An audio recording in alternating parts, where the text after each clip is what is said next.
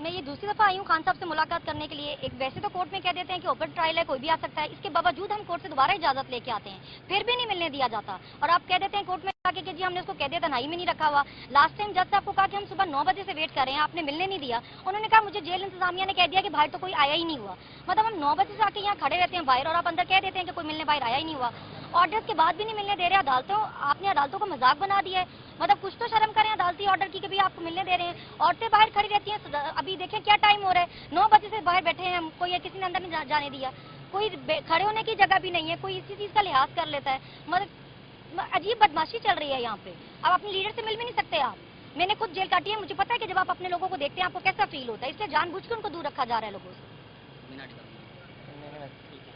Any question?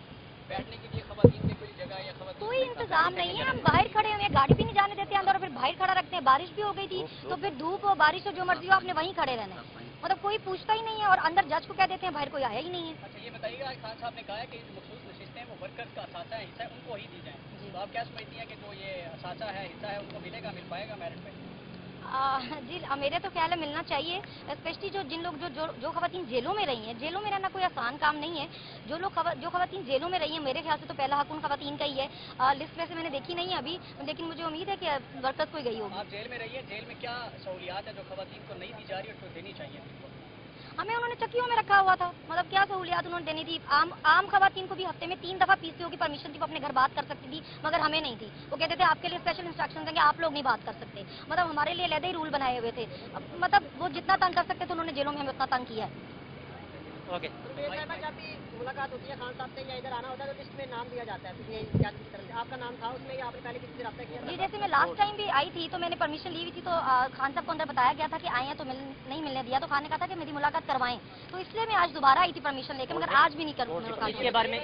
इसके बारे में मैं बता दूं कि वो जो परमिशन होती है या लिस्ट जो होती है वो मुलाकात के दिनों की होती है। ये कोर्ट प्रोसीडिंग है। कोर्ट प्रोसीडिंग में कोर्ट की मर्जी से जा सकते हैं।